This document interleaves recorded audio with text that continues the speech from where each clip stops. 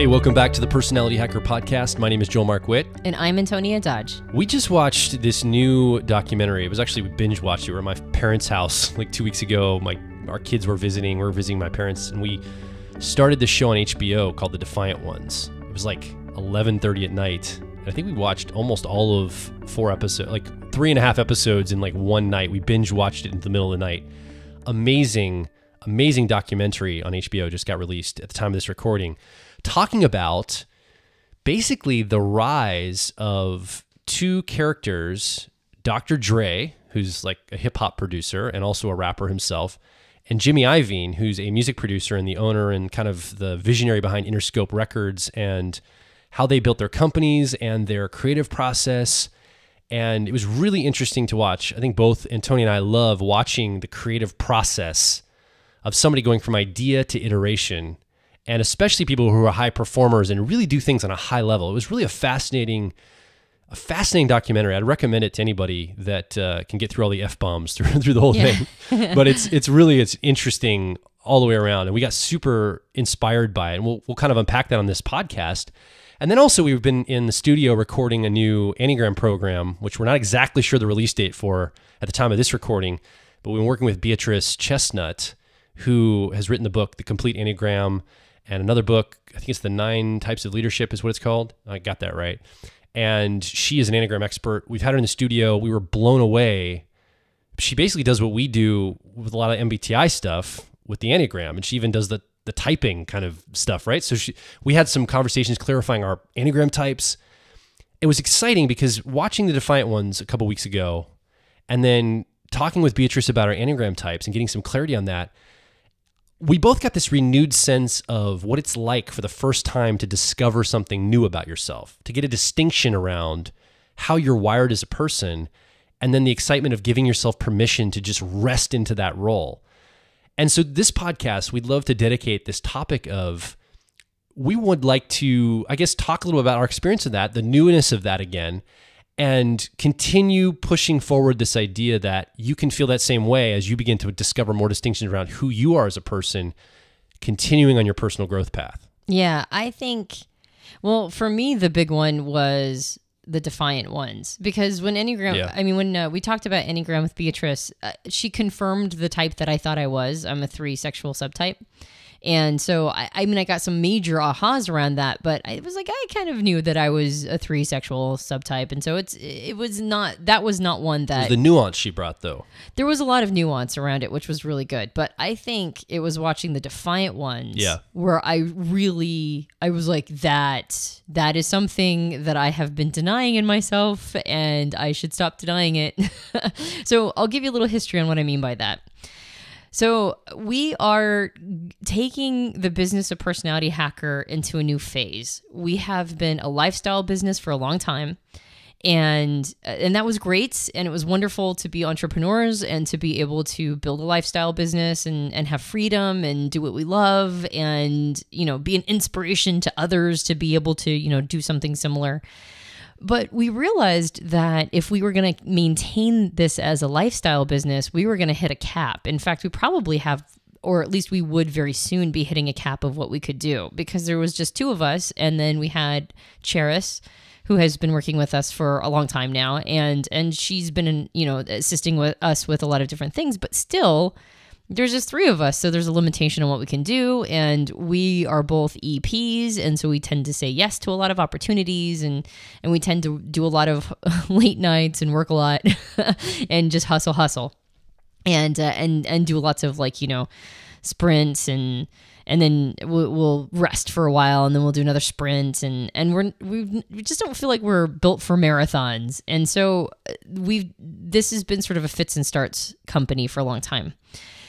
And then when we realized that that's not really sustainable if you want to take it to the next level, we looked at each other and went, man, Cheris is a judger. She's an INFJ, but we went, man, we're going to have to get some judgers on here. Like more than just Cheris. We're going to have to get a whole little gaggle of judgers to help us. Keep us honest. Yeah. Turn this less into a fits and starts, sprints and rests and lifestyle business into something that's more of a marathon, something that has some real structure under it, some legs, so we can build on top of it. So we hired a couple more judges, and I mean, honestly, it's been some growing pains because we work so differently than most people are used to, and not that we're doing the right thing, we're just working differently and in a way that we recognized was not conducive to the next phase of the business. So we're having to really do a lot of internal work. A lot of work around, like, is this important to us? Then we're going to have to make some sacrifices as ENPs. We're going to have to not be so freeform and not so chaotic and not so, enthusiastic about taking on every project. And so it's been a little bit of it's been a challenge. And our judges are amazing, by the way. They all keep us straight. And every time we have any challenges, we know it's us and not them.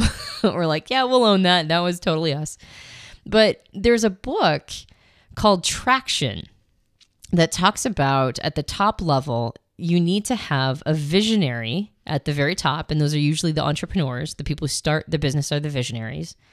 And then you need to have an integrator, and the integrator is he or she is the person who makes sure that the visionary's vision gets done.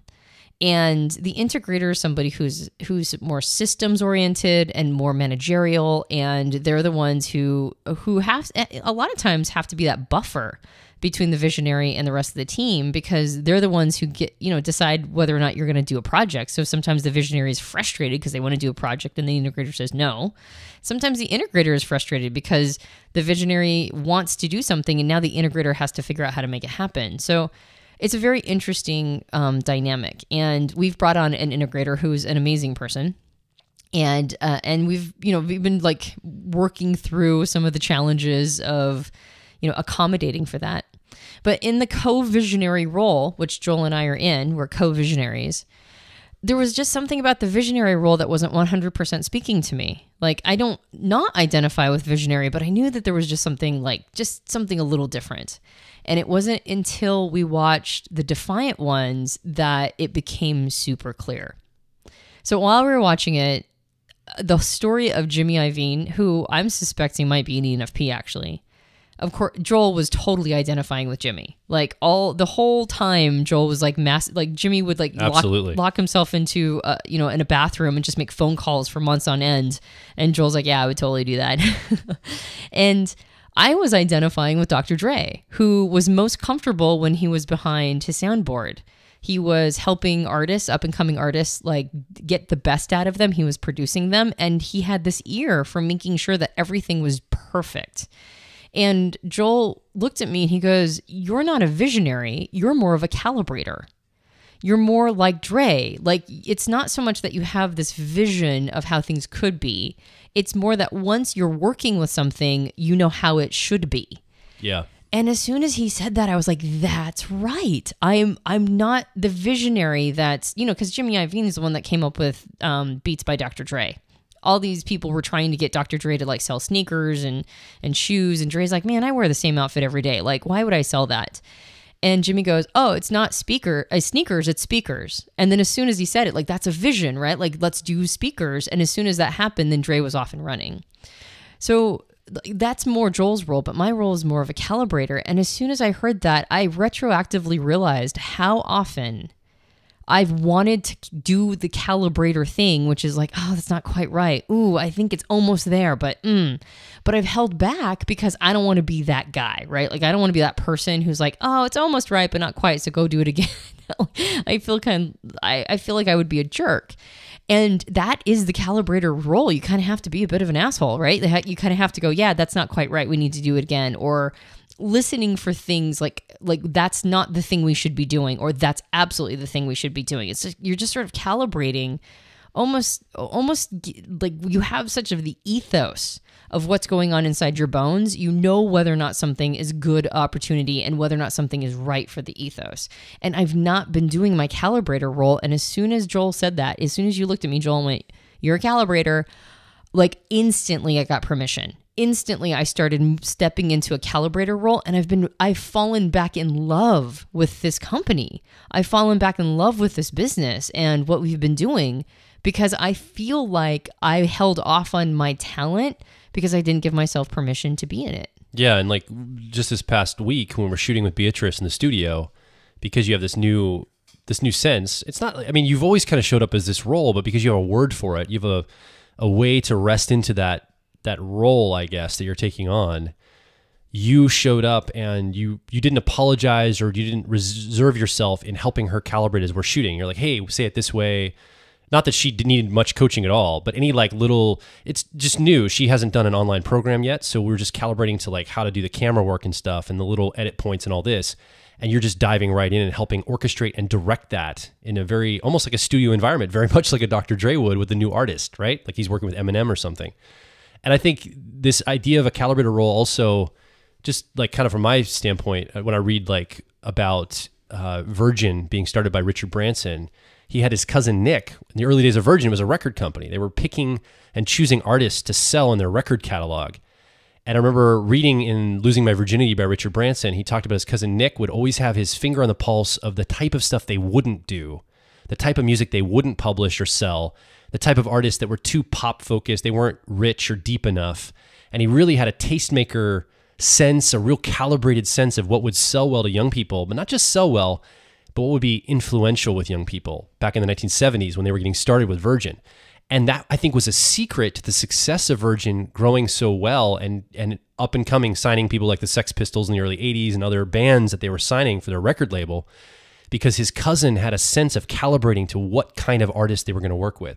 So I see this role come up a lot. It's both our music industry examples, really, but I see a lot of what we do kind of like in a performance art way. And what Personality Anchor becomes is we're talking about certain concepts and certain ideas almost in an artistic way. We're bringing an artistic flair to how we talk about these things so they land with people and people can actually use it in their lives. And so I think calibrator role is so key to what we do. And I think you bring that amazingly.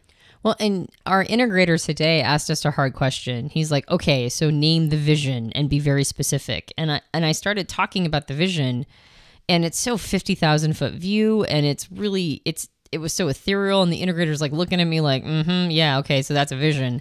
And then later on, Joel goes, you keep mistaking purpose for vision. And that's one of the things I think that I have in the ethos is that I understand the purpose of our existence. Our purpose is so clear to me, but the vision not as much, because the vision is more of like a how-to. Like you have to be able to bring a vision to a place where that is understandable by others. And you have to bring it down to more of a concrete, tangible level where people, I mean, you would think a visionary wouldn't be, but actually it has to be something that can be caught almost in like an infection by other people. They catch your vision. And every time I talk about vision, I'm actually talking about purpose, which is a little different. And so like just being able to create these distinctions has been very helpful for me. Like, yeah, I'm more purpose oriented, I'm more ethos oriented, and I'm more calibrator oriented. So what about you? Like one of your major ahas, I mean, I don't think it was like a big shock that you were identifying with Jimmy Iovine as a visionary, but I feel, it almost feels like you resting into your Enneagram subtype has been more impactful for you for like giving yourself permission to be who you really are. Yeah, I knew it was an Enneagram 6. I think a subtype, Beatrice really helped me get some distinction around I'm an Enneagram 6 social subtype. And the way Beatrice approaches the Enneagram, and the reason why we've chosen to partner with her and work with her, is because she really focuses in, instead of focusing on the wings, for example, she focuses in on saying, you could do a lifetime of work just around your type itself. And so let's get some more distinction around your type itself first. And then we can look at other things like wings and movement and all that. But let's focus in on who you are first and really focus in on what can you work around that. So it got some clarity around that. Knowing that I'm a social 6, I was like, oh, no wonder I have frustrations in the fact that I keep wanting to go do like live meetups and we are burdened by work.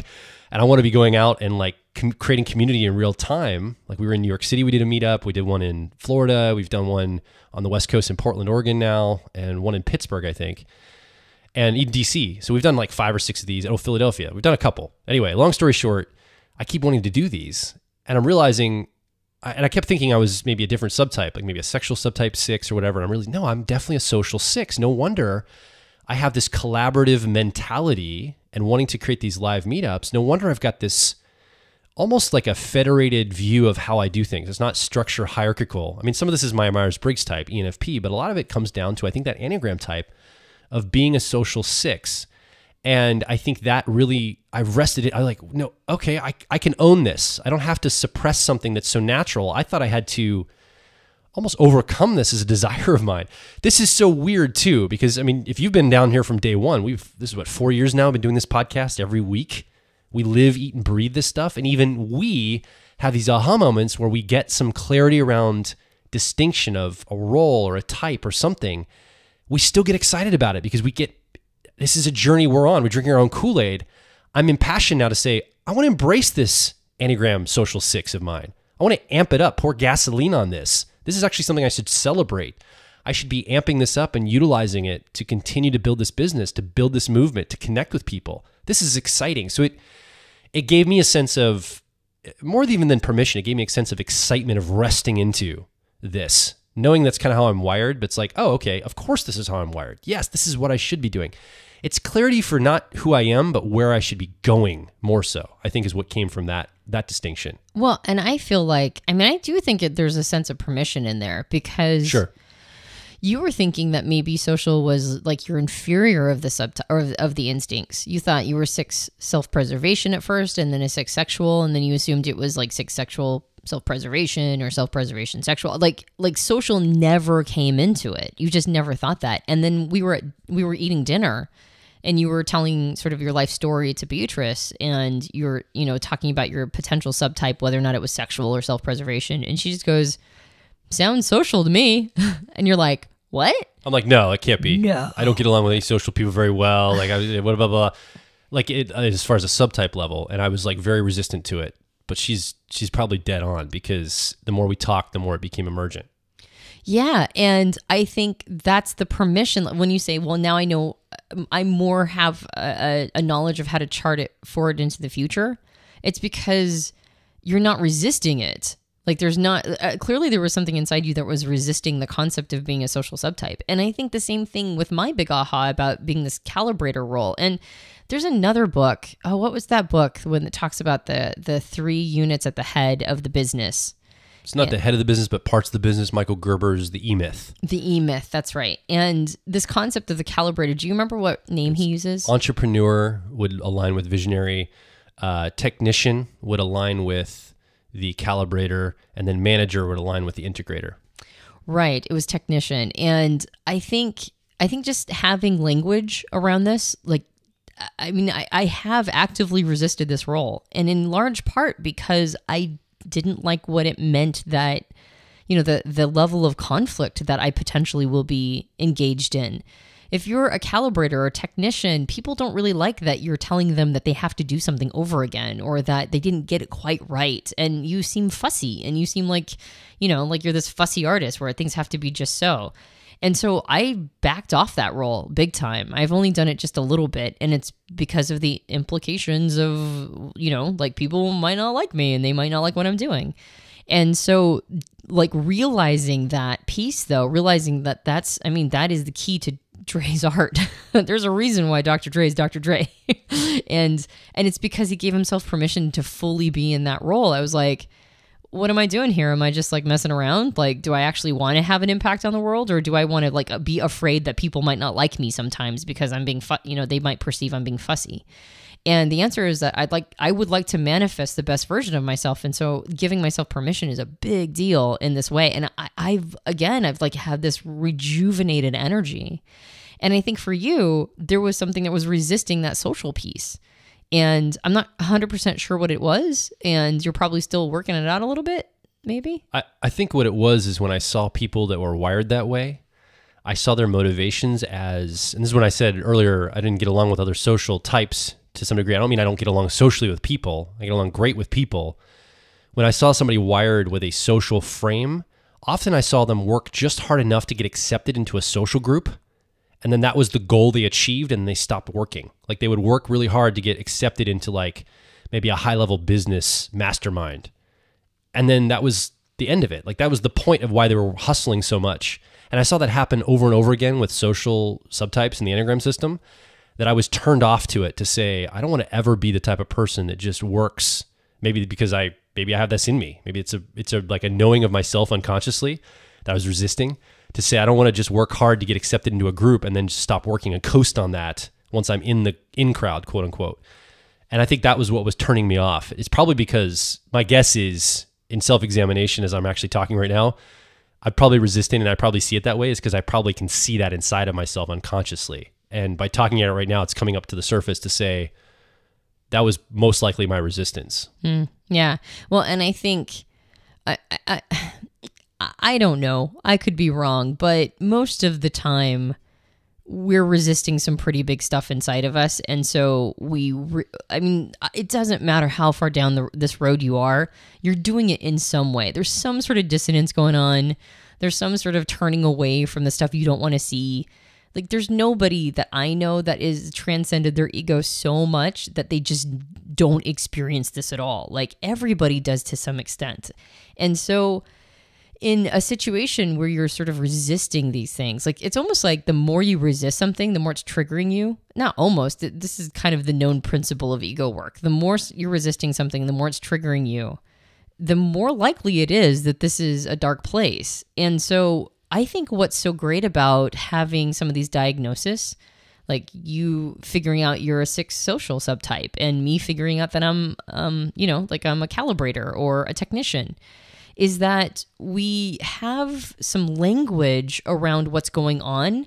And then we have a little bit of description around the pluses and minuses, or like the good versions, bad, or not good and bad, but healthy and unhealthy versions. And so the parts of ourselves that we're not as big a fan of, it almost feels like we have a way to manage it. Like, now I have a way to move toward the healthy version of it, and I don't have to be stuck or be afraid that I'm going to be stuck in the unhealthy version. Now, by the same token, we can get so intoxicated with diagnostics that that's all we want to do. Like, I know a lot of people who take literally every personality type test on the internet, like every single one. And they just go from personality test to personality test because they love the experience of the diagnostic.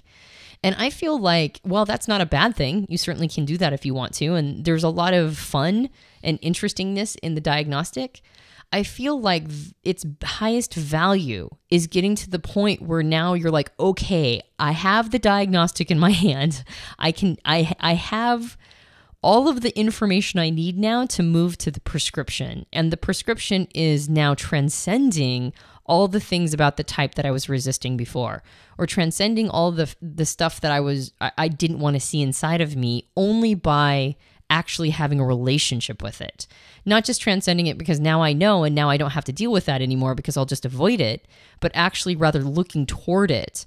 And when you have this list of qualities that might match up to whatever it is that, like a Enneagram type or Myers-Briggs type or a business strategy type or whatever it is, you've got this list of things that you can be on the lookout for. And when you see them come up, you can build a relationship with it and own it and go, yep, that's me doing my thing, and be aware of it and watch how that awareness increases your behavior change until you get to a point where you fully accepted that this is a part of who you are, but it's not controlling you from the shadows, right? It's not got a string on you from the shadows and it's jerking you around, but rather you fully embrace it and then also recognize that there are better ways. And I think that that's probably, like you mentioned, it's such a rewarding experience, and it's cool for both of us to have been able to re-experience that, because I think it's been a while for both of us. It's been a while since we've been in the phase where we're like super excited about getting a new diagnostic, and going through the phase again reminds us of just how much power there is there, just how much life-changing, material is in that, like, kind of resting into and giving yourself permission to actually show up in these different specific ways. I think that's all spot on, by the way, what you just said, and I would totally agree with all of it. And I would also recommend that you, if you're so inclined, like I said, if you can get through the F-bombs, go watch the Defiant Ones. If you can get it either on HBO or somehow download it. It's a really interesting documentary about the creative process. It shows an entire new industry emerging, basically hip hop here in the United States, that emerged in the 1980s and 90s, and just all the different elements that came from that. And I think it's inspiring to see, like, it really got me juiced up from my perspective to see what's possible from people who go, I want to go make a difference. I want to create something. Now, this is just from entertainment standpoint, but they were giving artists voices, And I think artists and voices are important in our world. They change the way we see things. They change the way we experience things. And I kind of see what we do in some ways more of an art than a science. I mean, there's a lot of scientific things we bring into this. There's a lot of psychology and mental processes. But what we do here at Personality Hacker is we cast visions, kind of a visionary for how we could be different in the world. And I think that one of the dynamics even on this podcast is we have a back and forth dynamic of casting something as a vision, like imagine your life this way or imagine things this way. And then we calibrate to that and say, but you have to think in these terms to get there. And I think that's really what our podcast has become over time. And really Personality Hacker is a movement. It's let's cast visions for what is possible for humanity. And then let's calibrate our thought processes and the way we live our lives so we make sure we're on the trajectory to get to that vision. And I see that as a theme now that we've seen the Defiant Ones and see that interplay between a visionary, a calibrator, and then obviously there's Integrator there too. There's people in the studios and things that are signing the checks and make the business front run. There's all of these things woven together that make these things happen. So I'm catching a vision for what's possible based on all this. And it's inspiring to me to see it. So that's kind of my color commentary of encouraging you to go get inspired too if you're so inclined. Well, and also if you don't appreciate Eminem as an artist, yeah. I mean, I always have. I've always thought he was super talented, but I had like a newfound respect for him and his improvisational abilities, extraordinary ability to rap improvisationally. Whether you like his message or not. Yeah, I mean. You can't deny his talent. Exactly. And also, I love Snoop Dogg. I can't help it. Every time I see Snoop Dogg in anything, I kind of fall in love with him a little bit every time. So there's lots of Snoop Dogg. Maybe that may or may not be a selling point for you, but it was a total selling point for me. Yeah. So what do you think? You've been on this podcast with us. You kind of just heard a little bit of our inspirational message and also just reclaiming some of the heartbeat of what it's like. You know, what's the first time of getting distinction around something, what it's like, what it feels like. I think there's a renewed sense of that for both of us, and we just want to talk about it. It was exciting for us. I wanted to share it with you. And if you haven't had the distinction yet, you haven't had a personality test or whatever, this is the first time you've stumbled onto something like this, we do have a test over at personalityhacker.com. You can come and get your Myers-Briggs type, and we really go into some deep level of understanding how your mind is wired, not just your behaviors, but how your mind is wired. And we've got all sorts of programs, and we've got content and articles and videos, tons of stuff for you to unpack who you are as a person, but not just who you are, but who you can become as a person based on your wiring. So I encourage you to check that out. You can also join our community of like minds over at facebook.com/personalityhacker or twitter.com/personalityhack. And if you enjoyed this podcast, you can subscribe to us on iTunes and various Android platforms. And if you're feeling particularly giving, you can leave us a rating and review on iTunes. It helps us out a lot. I am Joel Mark Witt. And I'm Antonia Dodge. And we'll talk with you on the next Personality Hacker podcast.